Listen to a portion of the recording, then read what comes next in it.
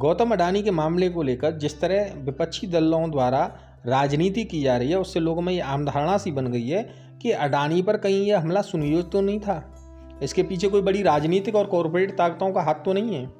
इसके अलावा जो इस समय एक और जो सबसे दिलचस्प सपोर्टर जो अडानी के आए हैं वो हैं बीरेन सहवाग। उन्होंने तो यहाँ तक कह दिया कि गोरों से भारत की तरक्की बर्दाश्त नहीं होती और ये पूरा जो मामला है ये इसके पीछे लोगों की साजिश है।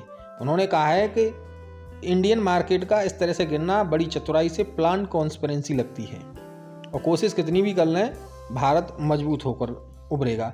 लेकिन ये वास्तव में ऐसा इन घटनाओं से और इन सभी चीज़ों से राजनीति को देख के तो ऐसा ही लगता है कि वाकई में इसके पीछे कहीं साजिश तो नहीं है, क्योंकि अडानी ने जिस तरह से कम बैक कर रहे हैं उससे कहीं अगर उनमें कहीं कोई झोल होता तो वो शायद बहुत और पीछे जा सकते थे।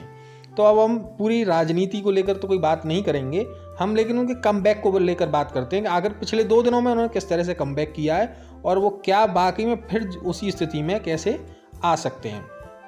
तो चलिए शुरुआत करते हैं। असल में अडानी ट्रांसमिशन ने सोमवार को वित्तीय वर्ष जो 2022-23 की तीसरी तिमाही यानी अक्टूबर से दिसंबर के नतीजों का ऐलान किया।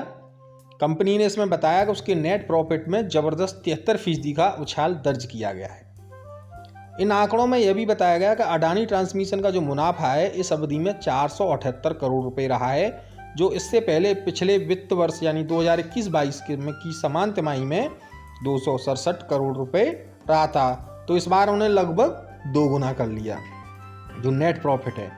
अब आगे बात कर रहे हैं। कंपनी की ओर से अक्टूबर दिसंबर तिमाही के नतीजों में बताया है कि तीसरी तिमाही में अडानी ट्रांसमिशन का जो रेवेन्यू है वो 2623 करोड़ रुपए रहा, जो इससे पिछले वित्त वर्ष की समान अवधि से 16% ज़्यादा है। दूसरा, इसके अलावा अडानी की इस कंपनी का एबिटिडा भी बीते तिमाही में 28.9% बढ़कर 1798 करोड़ रुपए रहा है। कंपनी ने रेवेन्यू में हुए इस इजाफे के बारे में बताया कि नए ट्रांसमिशन के लाइंस कमीशन होने के चलते कंपनी का जो रेवेन्यू एकदम बढ़ा है। असल में जो अडानी ट्रांसमिशन है वो करीब 13 राज्यों में मौजूद है और इसमें जो अडानी ट्रांसमिशन के जो कैश प्रॉफिट में 34% देखने का उछाल 34% तक का उछाल मिला है और जो लगभग 955 करोड़ रुपए के रहा है। कंपनी ने इस समय ऐसे शानदार नतीजे पेश किए हैं जब उसके ऊपर उंगलियां उठाई जा रही थी। इसके अलावा मंगलवार का दिन जो है अडानी के लिए मंगल ही लेकर आया, जहां उनका कंपनी का मार्केट कैप करीब $100 अरब तक लुढ़क गया था और वहीं उनकी नेटवर्थ लगभग आधी रह गई थी।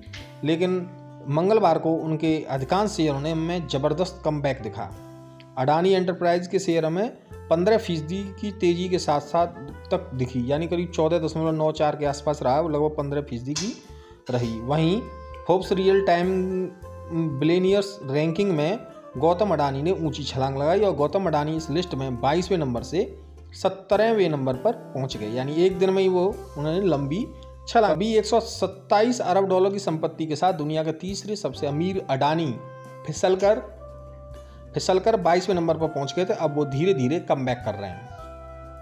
अडानी की संपत्ति जहां पहले रोज गिर रही थी, वहीं सोमवार को मामूली तेजी और मंगलवार को बम्पर तेजी के कारण पिछले 24 घंटे में अडानी की संपत्ति में $1.8 अरब की तेजी आई है और संपत्ति में जबरदस्त इजाफे के साथ Gautam Adani Forbes real time billionaires की लिस्ट में 5 पायदान ऊपर चढ़ गए हैं। अब बात करें कि आखिर अडानी ने इन निवेशकों का भरोसा कैसे जीता। सोमवार को अडानी ग्रुप ने कंपनीज के प्रमोटर्स लोन्स का प्रीपेमेंट की घोषणा की और अडानी समूह ने ऐलान किया कि वो अपने गिरवी रखे शेयरों को वापस छुड़ाने के लिए $1.11 अरब के लोन्स का प्रीपेमेंट करेंगे। इस प्रीपेमेंट की घोषणा के बाद निवेशकों का भरोसा अडानी समूह पर बढ़ा, जिसका असर आज बाजार में अडानी के शेयरों में देखने को मिला। शुरुआती कारोबार में ही अडानी एंटरप्राइज के शेयर 20% तक उछल गए। Adani ports and special economic zone limited के शेयर में तेजी आई, अडानी ग्रीन्स में तेजी आई, अडानी बिल्मर में तेजी आई। अडानी पावर को छोड़कर अडानी समूह के सभी शेयरों में आज जबरदस्त तेजी देखने को मिली। में अडानी ने निवेशकों की चिंता को शांत कर दिया और अडानी समूह ने निवेशकों के विश्वास को भी जीत लिया।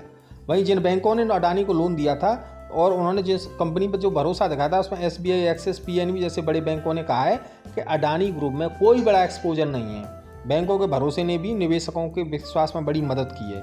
जो लोग सोच रहे थे कि कहीं कंपनी दिवालिया ना हो जाए और ये वो दुनिया भर का चल रहा था, वो सब खत्म हो गया।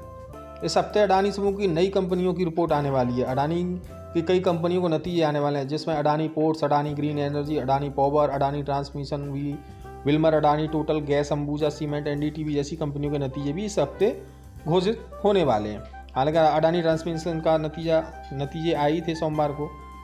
तो इन सभी चीज़ों से ऐसा लगता है कि अडानी एक बार फिर ज़बरदस्त कमबैक करेंगे और दुनिया को फिर जहाँ थे उससे आगे तक वो खुद जा सकते हैं और ये दिखाएंगे दुनिया को कि आखिर उनमें दम है।